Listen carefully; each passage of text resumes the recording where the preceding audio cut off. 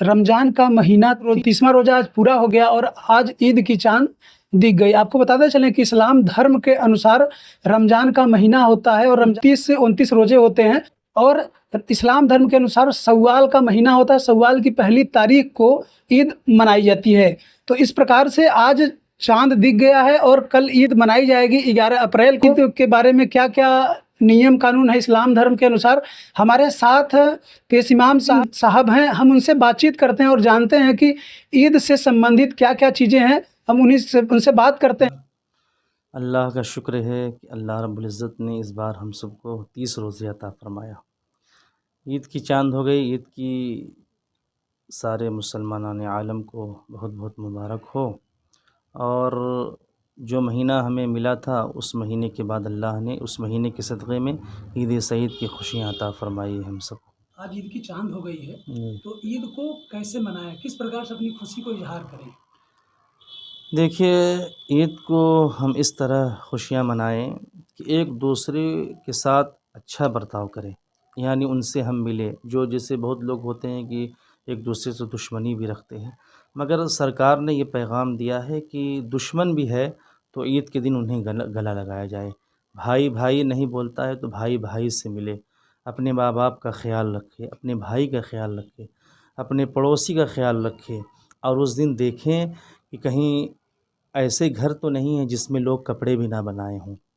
यानी सरकार ने ये 1400 साल पहले ही पैगाम दिया है कि हर मुसलमान एक दूसरे मुसलमान का हक़ है कि उसे देखे कि ईद सईद के दिन उनके घर में खुशियाँ है या नहीं।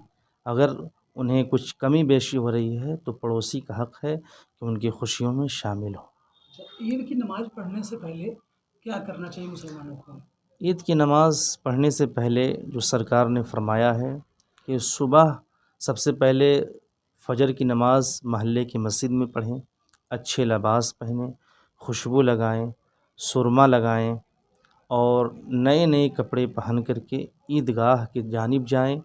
और सरकार जब जाया करते थे तो कुछ मीठी चीज़ तनाउल फरमा के जाया करते थे, यानी मीठी चीज़ खा करके, खजूर खाई या कुछ भी मीठी चीज़ खाकर सरकार ईद उल फित्र के दिन जाया करते थे।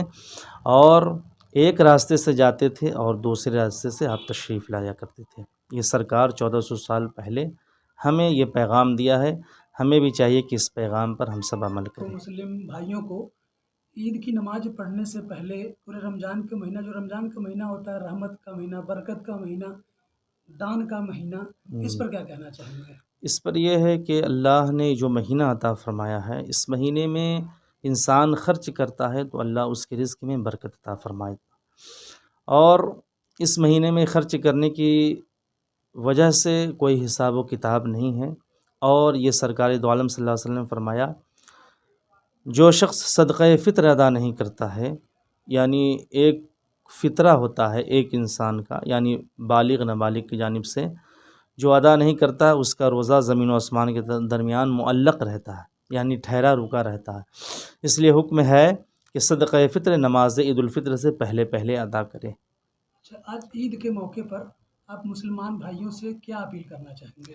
मुसलमान भाइयों से ये अपील करना चाहेंगे कि अच्छे तरीके से खुश अखलाक हो कर के सबसे मिले जुले और एक दूसरों को मुबारकबाद पेश करें।